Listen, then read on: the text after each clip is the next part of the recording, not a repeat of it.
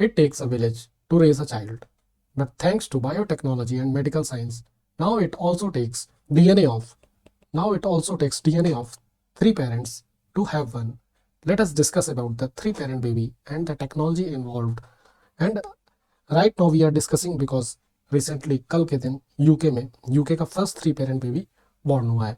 What is the benefit of the three parent baby technology? Let us discuss it. This is mitochondria. And what is mitochondria? It is basically powerhouse of the cell. It is powerhouse of the cell. What it does? Cell को जितनी भी energy की requirement होती है it is provided by the mitochondria itself. ठीक है. तो जब इसमें माइटोकॉन्ड्रिया में कोई डिफेक्ट होगा तो क्या आपको लगता है अगर डिफेक्टिव है माइटोकॉन्ड्रिया तो एनर्जी प्रॉपर्ली जनरेट नहीं हो पाएगी. जब एनर्जी प्रॉपर्ली जनरेट नहीं हो पाएगी तो cell won't be able to function properly. अब थोड़ा सा डीएनए के बारे में देख लेते हैं. व्हाट इज डीएनए, कहाँ कहाँ पे डीएनए पाया जाता है. और ये मैं आपको बता देता हूँ that DNA is the genetic material. अब डीएनए कहाँ कहाँ मिलेगा? डीएनए मिलेगा सेल के अंदर न्यूक्लियस में और माइटोकॉन्ड्रिया में. बेसिकली न्यूक्लियस के अंदर 99.9% डीएनए होता है और कुछ जो थोड़ा बहुत बच जाता है 0.1% के आसपास वो माइटोकॉन्ड्रिया में होता है. और ये जेनेटिक मटेरियल एक जनरेशन से दूसरी जनरेशन में, सपोज ये पेरेंट की जनरेशन है और ये प्रोजनी या फिर चाइल्ड की जनरेशन है, एक जनरेशन से दूसरी जनरेशन में ये जेनेटिक मटेरियल ट्रांसफर होता है. तो now we want to get rid of this faulty mitochondria because this mitochondria is not working properly, that's why it is not producing much required energy. So अब हमें इस mitochondrial disease से छुटकारा पाना है. इस वजह से हम थ्री पेरेंट बेबी का टेक्निक का यूज करेंगे बिकॉज वहाँ पे क्या है, जो मदर है, मदर के एक सेल के माइटोकॉन्ड्रिया में डिफेक्ट है. So we don't want that कि that defective mitochondria pass on to the progenies. चलो देखते हैं किस तरह से इस टेक्निक का यूज करते हैं. इसमें बेसिकली हम क्या करेंगे, न्यूक्लियस को ट्रांसफर करेंगे. अब समझने की कोशिश करते हैं किस तरह से हम आसानी से इस टेक्निक का यूज करेंगे. और ये मेरा काम है कि इसको आपको मैं बहुत आसानी से समझा पाऊँ. इसमें हम इन विट्रो फर्टिलाइजेशन टेक्निक का यूज करेंगे. इन विट्रो फर्टिलाइजेशन में क्या करते हैं, मदर से हम एग ले लेते हैं. एग को हमने बाहर निकाल लिया, कहाँ पे, लैब में. फादर से स्पर्म ले लिया, this is the sperm of the father. अब इन दोनों के, मदर और फादर के स्पर्म और एग को हमने कहाँ पे, पेट्री डिश पे फ्यूज करा लिया. ठीक है. जब फ्यूज कराया तो क्या, जाइगोट बन गया. जाइगोट को कुछ दिन तक हमने लैब में ग्रो किया और जब ये एम्ब्रायो स्टेज में पहुंच गया तो इसको हमने मदर की बॉडी में ट्रांसफर कर दिया. Now this baby will grow inside the mother's body. ठीक है. लैब का काम यहाँ पे खत्म हो गया. सेम इसी टेक्निक का यूज करेंगे हम थ्री पेरेंट बेबी बनाने में, बस कुछ चीजें डिफरेंट होंगी. देखते हैं क्या करेंगे. यहाँ पे हमने क्या किया, ये मदर है. ठीक है. मदर का एक बाहर निकाल लिया, लैब में रख लिया. ये एक डोनर ले लिया, डोनर का एक भी हमने लैब में रख लिया. अब ये मदर का जो माइटोकॉन्ड्रिया है ये कैसा है, डिफेक्टिव है. एंड हम नहीं चाहते कि मदर का जो डिफेक्टिव माइटोकॉन्ड्रिया है वो बच्चे में ट्रांसफर हो. तो हमने क्या किया, ये जो मदर का हेल्दी न्यूक्लियस है, हेल्दी न्यूक्लियस को हमने बाहर निकाल लिया. क्यों बाहर निकाल लिया, क्योंकि इस न्यूक्लियस के पास most of the genetic information इसी न्यूक्लियस के पास है. फिर हमने क्या किया, हमने ये डोनर का एग लिया. ठीक है. डोनर के एग से इसका न्यूक्लियस बाहर निकाला और इसको हमने फेंक दिया क्योंकि इसकी हमें कोई ज़रूरत नहीं है. अब जब डोनर का न्यूक्लियस हमने बाहर फेंक दिया तो हमारे पास एक एम्प्टी एक्सेल बच गई. अब इसी एम्प्टी एक्सेल में हम मदर का क्या करेंगे, मदर का न्यूक्लियस ट्रांसफर कर देंगे. सो इस तरह से हमारे पास एक ये हेल्दी एक्सेल बन जाएगी. इसमें क्या हुआ, इस पूरे प्रोसेस में क्या हुआ कि जो डिफेक्टिव माइटोकॉन्ड्रिया था, we get rid of that defective mitochondria और हमारे पास एक हेल्दी एक्सेल मिल गई हमें. अब क्या करेंगे, फादर से स्पर्म लेंगे. फादर से स्पर्म लेके हमने क्या कराया, इसको फ्यूज करा दिया. जैसे ही हमने इसको फ्यूज कराया हमें क्या मिल गया, हमें एक जाइगोट मिल गया. अब इस जाइगोट को कुछ दिन तक हम इसको लैब में ग्रो करा लेंगे. कुछ दिन तक लैब में ग्रो कराने के बाद क्या करेंगे, इस जाइगोट को हम मदर की बॉडी में ट्रांसफर कर देंगे या फिर मदर के यूट्रस में ट्रांसफर कर देंगे. Now this baby will grow inside the mother's body. एक तो ये टेक्निक है स्पिंडल न्यूक्लियस ट्रांसफर. दूसरी टेक्निक है प्रो न्यूक्लियस ट्रांसफर. अब प्रो न्यूक्लियर ट्रांसफर में क्या करेंगे, प्रो न्यूक्लियर ट्रांसफर में एक पेरेंट कपल है हमारे पास और एक डोनर कपल है. अब इसमें क्या करेंगे, हम इन दोनों के एग और स्पर्म को फ्यूज करा लेंगे. पेरेंट कपल के एग और स्पर्म को फ्यूज करा लिया, उसको अलग रख लिया. डोनर कपल के एग और स्पर्म को फ्यूज कराया, इसको अलग रख लिया. अब जो पेरेंट कपल है, पेरेंट कपल के जाइगोट में माइटोकॉन्ड्रियल डिफेक्ट है, इसका माइटोकॉन्ड्रिया डिफेक्टिव है. तो अब हमें इसी माइटोकॉन्ड्रिया से तो छुटकारा पाना है. तो क्या करेंगे, इसके न्यूक्लियस को हमने बाहर निकाल लिया और जो खाली एक सेल बची उसको हमने उठा के फेंक दिया क्योंकि हमें उसकी कोई ज़रूरत नहीं है. ये न्यूक्लियस आ गया हमारे पास और इसी के पास तो जेनेटिक इन्फॉर्मेशन है और हम ये चाहते हैं कि ये जेनेटिक इन्फॉर्मेशन इस पेरेंट के इस बच्चे में पास हो, ठीक है, नॉट द डिफेक्टिव माइटोकॉन्ड्रिया। अब क्या किया, ये जो पेरेंट कपल डोनर था, कपल डोनर के जब स्पर्म और एग फ्यूज हुआ तो उनसे भी एक जाइगोट बना। अब इस जाइगोट में भी तो एक न्यूक्लियस है और इस न्यूक्लियस के पास जेनेटिक इन्फॉर्मेशन है, and we don't want that कि ये जेनेटिक इन्फॉर्मेशन बच्चे में पास हो। तो हम क्या करेंगे, इस न्यूक्लियस को बाहर निकाल लेंगे लैब में और इसको हम फेंक देंगे, क्योंकि इसकी हमें जरूरत नहीं है।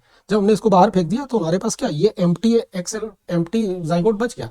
अब इस एम्प्टी जाइगोट पे जिसपे न्यूक्लियस नहीं है इस टाइम पे, हमने क्या किया, ये पेरेंट का जो न्यूक्लियस था, पेरेंट के जाइगोट का जो न्यूक्लियस था, इसको इस एम्प्टी एक्सेल में ट्रांसफर कर दिया। अब ये ट्रांसफर करने से क्या हुआ कि देखो इसके पास हेल्दी माइटोकॉन्ड्रिया भी आ गए और रियल पेरेंट का जेनेटिक कोड भी आ गया, ठीक है, जेनेटिक इन्फॉर्मेशन भी रियल पेरेंट की आ गई। और फिर इसके बाद हमने क्या किया, इसको इस जाइगोट को हमने 5-6 दिन लैब में ग्रो किया और वापस से मदर के यूट्रस में इसको ट्रांसफर कर दिया। Now this baby will also grow inside the mother's body. So these were the 2 techniques to produce the 3 parent baby. अब इसमें कुछ चीजें देखते हैं कि आप सोचोगे, पहले तो why mitochondrial diseases are transferring from mothers to progeny, from only mothers to progeny। Mitochondrial diseases सिर्फ मदर से प्रोजेनी में ट्रांसफर होती हैं, ऐसा क्यों है? दूसरी चीज, हम बात कर रहे हैं माइटोकॉन्ड्रियल डिफेक्ट की, so why we are transferring the nucleus. हमने देखा दोनों टेक्निक में हमने क्या किया, न्यूक्लियस को ट्रांसफर किया। इन दोनों चीजों का आंसर जानने की कोशिश करते हैं। ये इसमें फर्स्ट आंसर है कि मदर से ही केवल माइटोकॉन्ड्रियल डिजीजेस प्रोजेनी में ट्रांसफर क्यों हो रही हैं। बिकॉज ये देखो, ये आपकी स्पर्म सेल है, ठीक है, स्पर्म सेल के टेल में होता है माइटोकॉन्ड्रिया, ठीक है, आगे नहीं है, स्पर्म सेल के टेल में है माइटोकॉन्ड्रिया। तो अब क्या हुआ कि साइंटिस्ट ये मानते हैं कि जब स्पर्म सेल एग सेल से फ्यूज होती है तब क्या होगा, फर्टिलाइजेशन होगा। अब ये फर्टिलाइजेशन के पहले ही ये जो माइटोकॉन्ड्रिया है ये सेल्फ डिस्ट्रक्ट हो जाता है। क्या होगा, ये सेल्फ डिस्ट्रक्ट हो गया माइटोकॉन्ड्रिया। जब ये माइटोकॉन्ड्रिया डिस्ट्रक्ट हो गया तो फ्यूजन के प्रोसेस पे, फर्टिलाइजेशन के प्रोसेस पे इसने कोई पार्टिसिपेशन नहीं किया। सो दैट इज वाई जब ये सेल्फ डिस्ट्रक्ट हो गया तो कुछ जेनेटिक डिजीज ट्रांसफर नहीं कर पाएगा। That is why mitochondrial diseases are transferred from mothers to progeny only. पहले क्वेश्चन का आंसर मिल गया। अब हमें अगला क्वेश्चन देखना है कि क्यों हम माइटोकॉन्ड्रिया ट्रांसफर नहीं कर रहे हैं, क्यों हम न्यूक्लियस ट्रांसफर कर रहे हैं। बिकॉज डिफेक्ट तो माइटोकॉन्ड्रिया में है और we are transferring the nucleus only. So देखते हैं, अब एक सेल में मोर देन 1000 माइटोकॉन्ड्रियाज अवेलेबल होते हैं and we don't know which mitochondria is defective, whether this is defective or this is defective, we don't know that, but we know one thing कि एक cell में केवल एक न्यूक्लियस होता है। सो अब ये सोचो कि एक चीज को ट्रांसफर करना ज्यादा आसान है या फिर 1000 चीजों को ट्रांसफर करना ज्यादा आसान है। सो ज्यादा आसान क्या है, what is more easy, it is कि हम न्यूक्लियस को ट्रांसफर कर दें, it is more easy. That is why we are transferring the nucleus, not the mitochondria. अब इस पे कौन सी डिजीज होती है माइटोकॉन्ड्रिया की वजह से। देखो, अब माइटोकॉन्ड्रिया क्या है, mitochondria power house of the cell है, अब जब ये डिफेक्टिव है तो क्या होगा, ये पावर जनरेट नहीं कर पाएगा।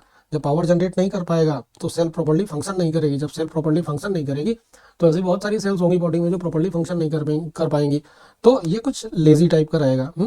इसको और भी बहुत सारी डिजीजेस हो सकती हैं, लाइक लेग सिंड्रोम हो सकता है। लेग सिंड्रोम क्या होता है, ये न्यूरो डिजेनरेटिव डिजीज होती है।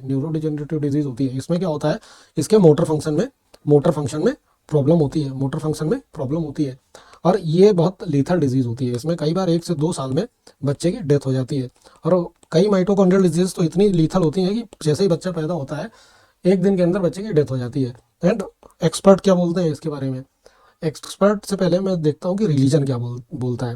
रिलीजन बोलता है God is the giver and taker of the life, ठीक है।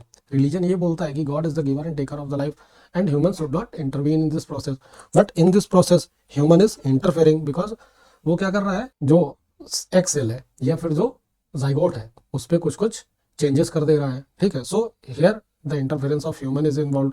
और जो नॉर्मल प्रोसेस होता है उसमें केवल 2 पेरेंट होते हैं, 2 पेरेंट से मिलकर जो जेनेटिक इन्फॉर्मेशन जाती है वो जाती है बच्चे के पास, ये 2 पेरेंट की जेनेटिक इन्फॉर्मेशन जाती है। But in the starting we discussed that mitochondria also have some DNA. If mitochondria have the DNA, then it also have some genetic information. तो चाहते ना चाहते हुए भी तीसरे पेरेंट की या फिर डोनर मदर की जो जेनेटिक इन्फॉर्मेशन है, कुछ a certain percentage of the genetic information will be transferred to the progeny. अब यहाँ पे इसके पास 3 लोगों की जेनेटिक इन्फॉर्मेशन आ गई, फादर की, रियल मदर की और डोनर मदर की।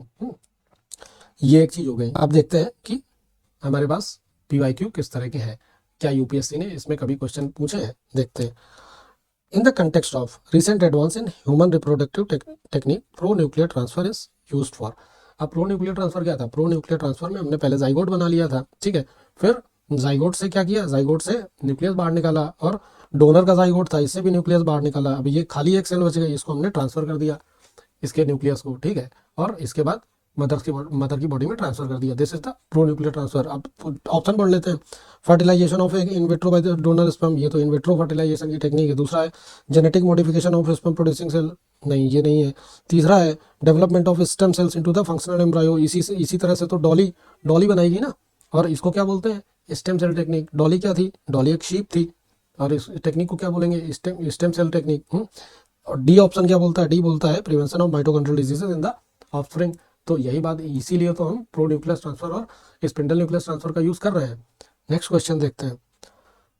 इन the context of hereditary diseases consider the following statement. अब देखते हैं क्या स्टेटमेंट्स हैं। Passing on mitochondrial diseases from parent to child can be prevented by mitochondrial replacement therapy either or after the in vitro fertilization. अब देखो, before में क्या है? बिफोर इन विट्रो कौन सी टेक्निक है? इसको हमने स्पिंडल न्यूक्लियस ट्रांसफर की तरह समझा। आफ्टर इन विट्रो कौन सी टेक्निक है? इसको हमने प्रो न्यूक्लियस ट्रांसफर की तरह समझा, तो ये सही है। दूसरा बोलता है child inherits mitochondrial diseases entirely from the mother not from the father, तो this is absolutely correct statement. देखो यहाँ पे क्या है? Entirely from the mother not from the father. अगर हमें ये टेक्निक पता ना होती तो हम ये क्वेश्चन गलत कर देते हैं, क्योंकि हमें लगता है एब्सोल्यूट स्टेटमेंट, और साइंस एंड टेक्नोलॉजी में एब्सोल्यूट स्टेटमेंट मोस्टली गलत पाए जाते हैं। But we have to trust on our knowledge, ठीक है, नॉट ऑन द ट्रिक्स। जब नॉलेज की कमी हो वहां पे ट्रिक का यूज करो, but where you have knowledge, ठीक है, इस चीज को मत सोचो कि एब्सोल्यूट स्टेटमेंट रॉन्ग होगा, because here the absolute statement is completely true. So that's it, यहीं तक ये लेक्चर था। होप आपको ये लेक्चर समझ में आया होगा। Please stay healthy, stay fit and stay focused, because अभी कुछ दिनों में आपका एग्जाम है। Thank you very much.